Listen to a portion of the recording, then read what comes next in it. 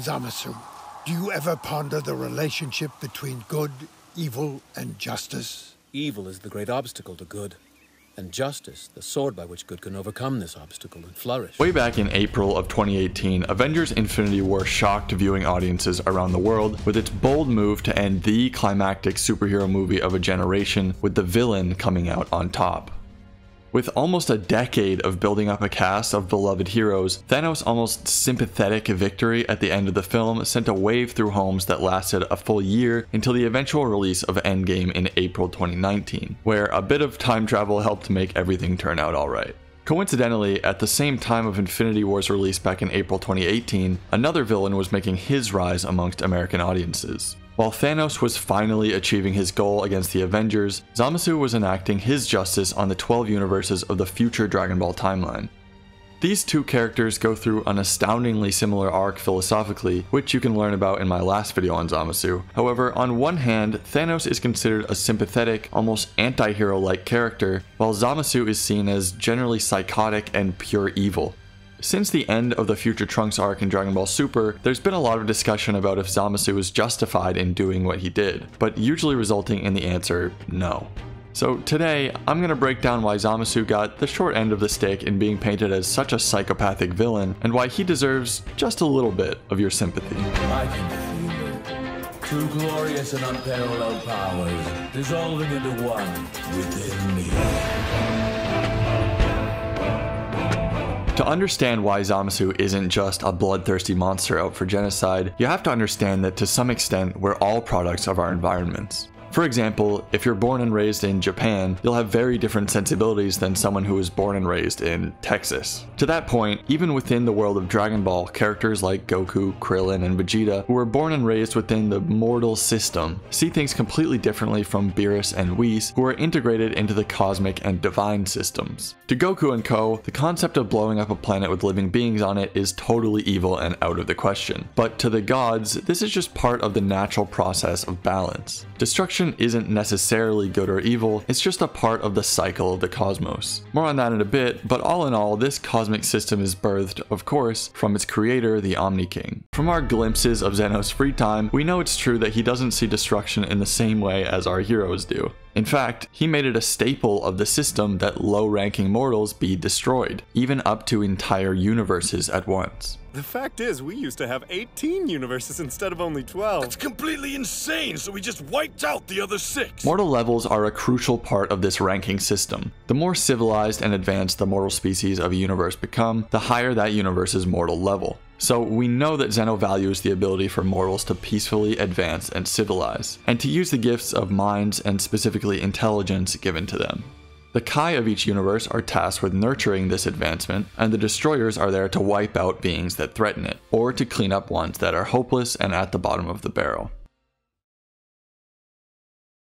Although Zamasu was born into this cosmic system, he was, unfortunately, born into the wrong end. As a Kai, he's prohibited from interacting with mortals in the same way as a destroyer, even though he shares the exact values that Grand Zeno does from a destroyer god's perspective. I mean, exterminate the entire species, of course. How can you suggest that? You know very well that's the role of a destroyer, not a Kai. When discussing mortals, specifically those on planet Bobbery, Zamasu explains what I refer to as the mortal cycle. Their civilizations thrive, conflict arises between them, and then they destroy themselves only to start all over again. They thrive, quarrel, perish, all on an endless loop. From Zeno's perspective, and again it's his multiverse, these would be species that are primed for destruction. Basically the exact reason that he designated destroyers in the first place. Their proclivity for violence only puts civilizations, and as Zamasu later realizes through his fight with Goku, the entire multiverse at risk. Again, for Planet Bobbery specifically, we actually get to witness them begin the foundations of their civilization, only to incite conflict and beat themselves back into the dark. A very pivotal moment for Zamasu, where his concerns are finally realized firsthand, and he actually kills his first mortal.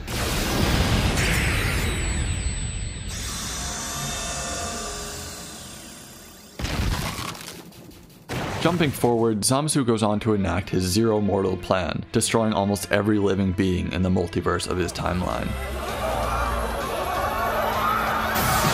with the reasons given that mortals are A. squandering the gifts of intelligence given to them by the gods, and B. a danger to the cosmos because of their violent nature. Mortals receive the divine gift of intellect, the potential for wisdom, but they misuse it to destroy the beauty of creation. In reality, these are two very core components to what would lead a universe to have a low mortal level, a sentiment that Zeno shares given that only one arc later, it's revealed that he planned to erase all of the lower mortal level universes himself anyway. Now, I'd ask you guys, what really is the difference between destroying all of the mortals in a universe and just erasing them? To me, Zamasu's goal during this arc is perfectly in line with what Zeno deems appropriate in the following one. And given that Zeno is the creator of everything, as I explain in depth in this video here, the multiverse's morality really plays by his rules. Think of something like if you have a child, you decide the rules of your household. Things like purity and compassion are good, while things like senseless violence and destruction are bad. Zamasu sees mortals as a species prone to violence and destruction, and that while they exist, the universes themselves, and even the gods that watch over them, are at risk. Mortals do not succumb to evil, they are the evil. They create it and spread it with minds they shouldn't possess. This proves it. As long as mortals exist, the multiverse will have no peace. To him, it's necessary to wipe out mortal kind in order to protect the things he values more, namely divinity and the multiverse as a whole. Gardens are tended, not just watched. Should a gardener not pluck the weeds?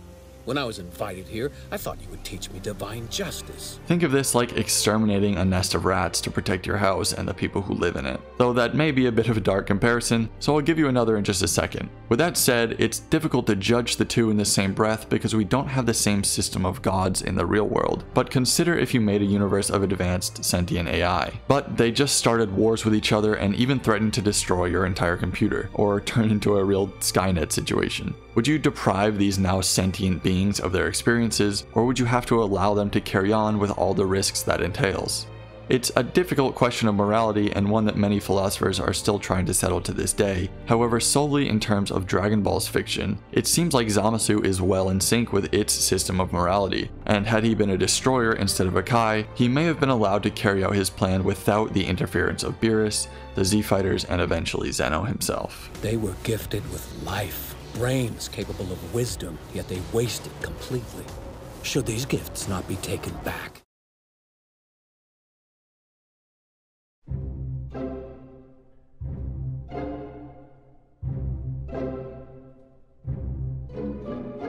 Perhaps you don't really care about Zeno being the god creator of everything, and still say he's evil too. So I have one more comparison for you, and one that basically everyone considers to be a character representing pure good.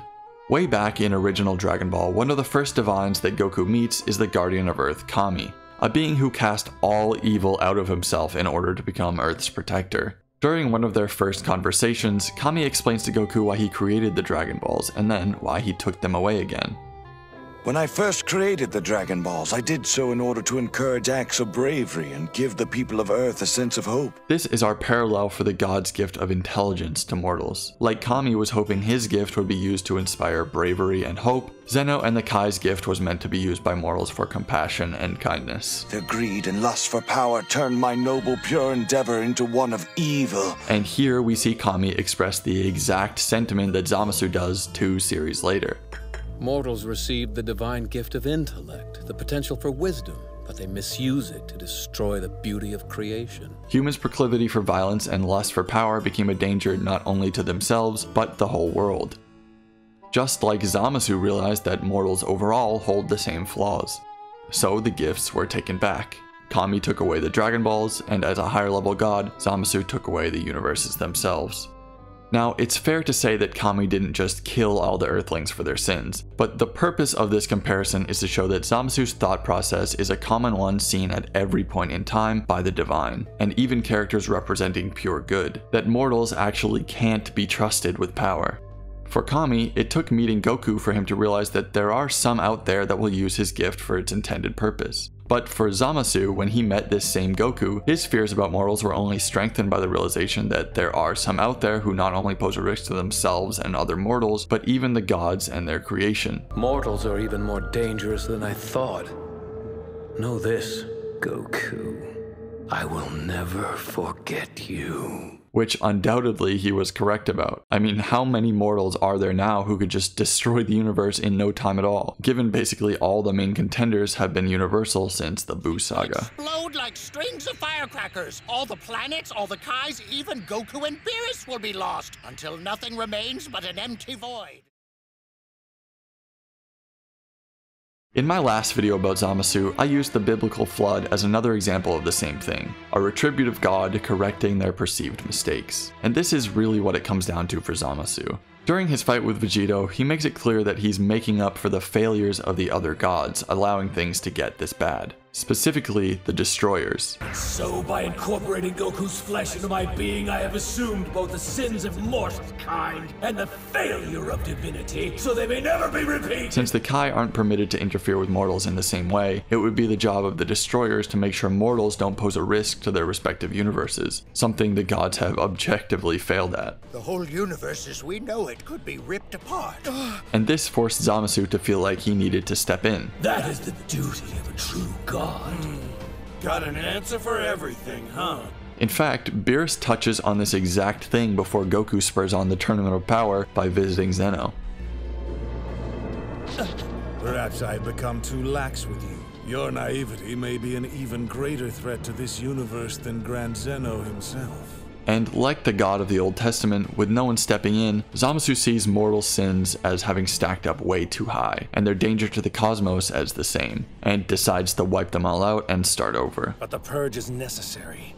I can see a bright, shining future here, once it's finally free of the mortals who defile it. To me, this is where my sympathy comes in. It feels like if Zamasu had been tracked to be a god of destruction and not a Kai, had Gowasu realized all this and handed his training over to the destroyer of Universe 10, maybe Zamasu wouldn't have had to be erased. Maybe he could have been trained by an angel on the proper way to handle destruction, and because of his resolute sense of duty and justice, he could have turned things around for his universe and possibly be one of the best destroyers of all.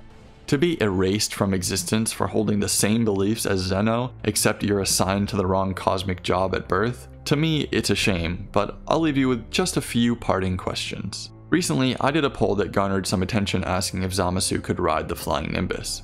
Of course, as we all know, the prerequisite for riding the Nimbus is having a pure heart. From Gowasu and the T-scenes, we have confirmation that Zamasu's heart is pure, and given Grand Zeno is the creator of everything and the flying Nimbus was given away by Korin, another divine, it makes sense to me that it would follow the same rules for determining purity that the T does. To use our AI example again, if you place an object requiring a pure good or evil into your universe, you would ultimately be the one deciding what classifies as that good or evil.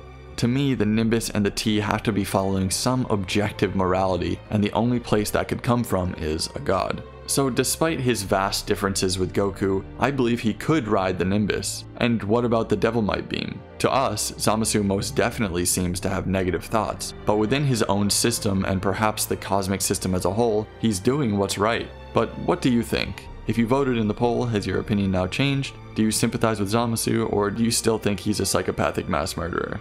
Let me know in the comments, and also join the Discord in the description. It's a good time. Of course, that is why I do this.